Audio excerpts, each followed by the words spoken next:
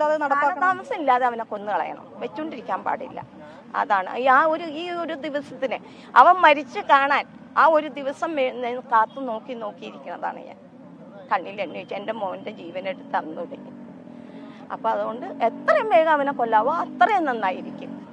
അപ്പം ഇനി നാളെ നമുക്ക് എല്ലാ പെണ്ണുങ്ങൾക്ക് സമാധാനത്തോടു കൂടി ഈ നമ്മുടെ രാജ്യത്ത്, കേരളത്തിനകത്ത് ജീവിക്കാൻ പറ്റും. ഈ രാജ്യത്തും ഒരു പെണ്ണുങ്ങളെയും ഇനി കൊലപാതകം ചെയ്യാൻ ഒരു കൊലപാതകങ്ങളും ഉണ്ടാവാതെ ആവട്ടെ. അതുകൊണ്ട് എത്രയും വേഗം അമീർ ഇസ്ലാമിനെ തൂക്കിക്കൊല്ലണം എന്ന് ആഗ്രഹിച്ചിരിക്കുകയാണ് ഞാൻ. അതെ, ഇനി വൈകാൻ പാടില്ല. അപ്പം വിധി നമുക്ക് അനുകൂല്യമാണ്. ഇങ്ങനെ തന്നെ ആകുമെന്ന് പ്രതീക്ഷയോടെയാണ് വന്നത്. വന്നതെന്ന് വെച്ചാൽ അങ്ങനെ നമുക്ക് ആശങ്കയൊക്കെ ഉണ്ടായിരുന്നു. പിന്നെ ജഡ്ജിമാരിരുന്ന് വിധി പ്രഖ്യാപിച്ചപ്പോൾ ഈ സാറുമാരോടൊക്കെ ചോദിച്ചു, അല്ലേ ഇംഗ്ലീഷിൽ പറഞ്ഞുകൊണ്ട് നമുക്ക് മനസ്സിലായില്ല. എല്ലാവരോടും ചോദിച്ചപ്പോൾ വിധി പ്രഖ്യാപിച്ചു, തൂക്കിക്കൊല്ലാനാണ്. കൃത്യമായൊരു അന്വേഷണമൊക്കെയാണ് ആ ഘട്ടത്തിൽ നടന്നിരുന്നത്. അതിന്റെ കൂടി ഒരു ഫലം തന്നെയാണ്. അന്നത്തെ സാറന്മാരെല്ലാവരും ഒരുപാട് കഷ്ടപ്പെട്ടിട്ടുണ്ട്.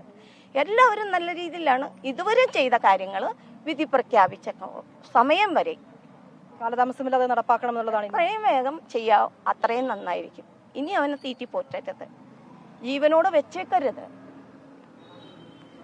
തീർച്ചയായും ആ പെൺകുട്ടിയുടെ അമ്മയാണ് നമുക്കൊപ്പം ചേർന്നത്. ആ വിധിയിൽ സന്തോഷമുണ്ടെന്ന് അവർ പറയുന്നു. ഒപ്പം തന്നെ ആ വിധി അത് എത്രയും വേഗം നടപ്പാക്കണം എന്നുള്ളത് തന്നെയാണ് ഇനിയുള്ള അവരുടെ ആവശ്യം.